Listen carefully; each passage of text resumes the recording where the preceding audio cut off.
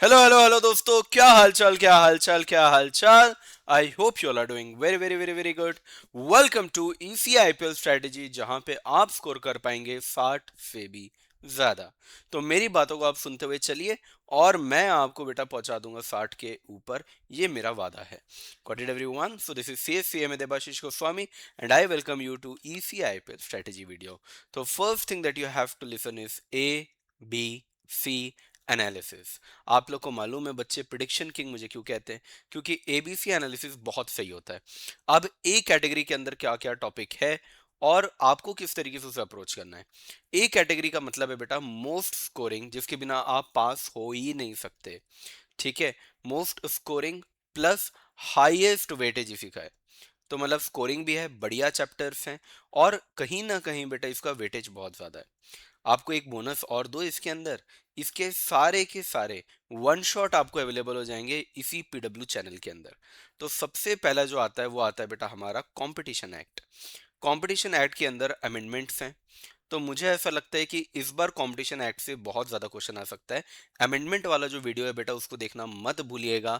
It is very very very important. मैं आपको लिख के दे सकता हूँ इस बार जून 26 में बेटा यहाँ से कम 10 नंबर और शायद 15 नंबर तक का भी क्वेश्चन यहाँ पे एक्सपेक्ट मैं कर रहा हूँ। ठीक है, यानी मैं बहुत ज्यादा एक्सपेक्टेशन रख रहा हूँ। दूसरा है बेटा कंज्यूमर प्रोटेक्शन एक्ट।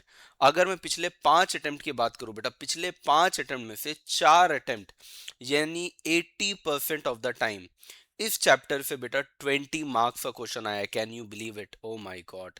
इस एक चैप्टर से 20 नंबर का क्वेश्चन आया है 80% ऑफ द टाइम, यानी कि आप इसे इग्नोर नहीं कर सकते।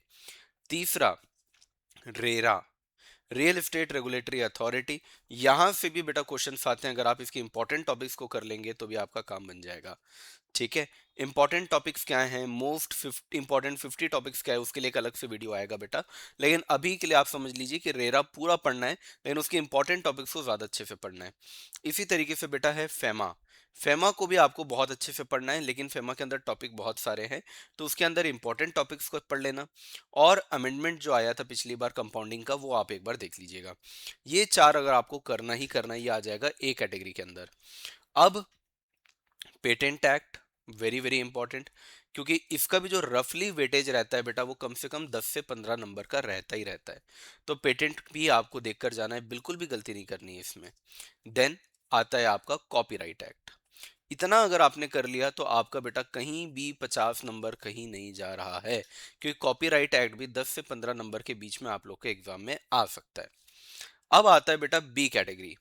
अगर मैं बात करूं बी कैटेगरी की, तो ये एक ऐसे टॉपिक्स हैं जो कि बेटा कम टाइम में, लेस टाइम में आपको अच्छे नंबर दिला देता है, डिसेंट मार्क्स यहाँ पे दिला देते हैं। क्या ये बात समझ में आई बेटा? तो कम टाइम में अगर आपको डिसेंट मार्क्स स्कोर करना है तो बी कैटेगरी में आ जाओ। अब इसके अंदर सबसे पहला जो आता है वो आता है ट्रेडमार्क। काफी छोटा चैप्टर है, 1-2 घंटे के अंदर अंदर हो जाता है और आराम से आप इसमें स्कोर कर सकते हैं। आप बैकलॉग मैराथन मेरा देखिएगा, उसमें patent act, copyright act, trademark act तीनों कवर्ड है।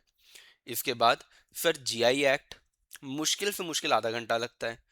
डिजाइन एक्ट मुश्किल से मुश्किल 1 घंटा लगता है। इन दोनों के ऊपर ऑलरेडी वन शॉट बेटा अवेलेबल है, आप वन शॉट देखिए और अपनी प्रिपरेशन को बहुत अच्छा कर लीजिए। तो यहाँ से क्या देखना है बेटा, बैकलॉग मैराथन। इसको कहाँ से देखना है? बैकलॉग मैराथन, इसका वन शॉट अवेलेबल है। ऊपर की अगर मैं बात करूँ तो कॉम्पिटिशन एक्ट का अमेंडमेंट वाला वीडियो आ चुका है, which is in one shot. COPA का भी वन शॉट अवेलेबल है, रेरा का भी वन शॉट अवेलेबल है, और मैं बहुत ही जल्दी आपके फेमा का भी वन शॉट लेकर आ जाऊंगा, अगला वन शॉट उसी का ले आऊंगा। ठीक है, तो सब कुछ बेटा इंटरनेट पे ऑलरेडी अवेलेबल है, ऐसा मान के चलो। चौथा इंपॉर्टेंट चीज आ जाता है हमारे लिए बेटा F C R A, P M L A. ये कुछ ऐसे इंपॉर्टेंट टॉपिक्स हैं जो यहाँ पे आ जाते हैं। और छोटा सा एक टॉपिक बेटा लीगल मेट्रोलॉजी। तो लीगल मेट्रोलॉजी को भी आप देख लीजिएगा, ये सारे बहुत छोटे छोटे टॉपिक हैं। आराम से आप देखेंगे तो ये एग्जाम में आपका 15 मार्क्स वेटेज कैरी करता ही है। ऊपर की अगर मैं बात करूँ तो ये अगेन 20 to 25 मार्क्स का वेटेज आपका कैरी करता है। डन।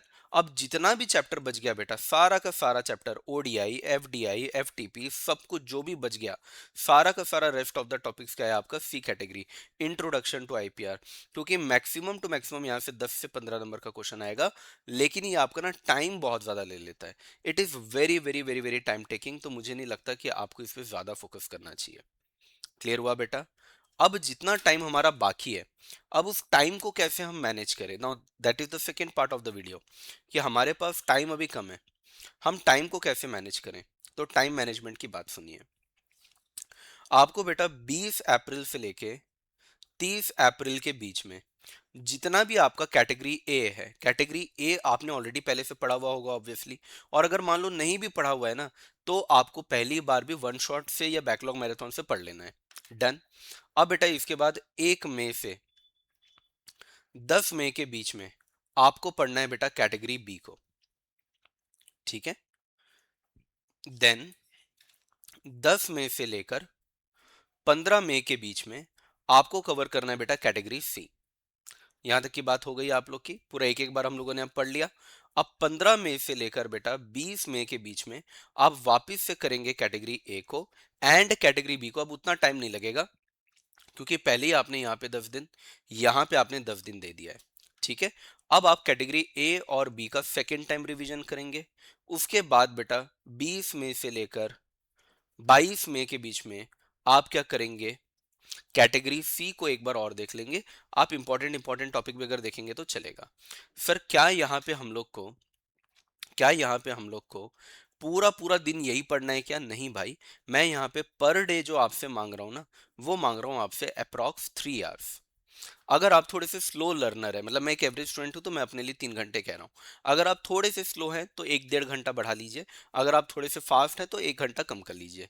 Got it everyone? मैं 3 आवर्स के आसपास का एक अप्रॉक्स लेकर चल रहा हूँ। यानी कि अगर आप ठीक से पढ़ाई करेंगे बेटा तो ये आराम से खत्म हो जाएगा। जैसे कंपटीशन एक्ट हमारा करीब 3 घंटे का ही है, एक दिन में खत्म।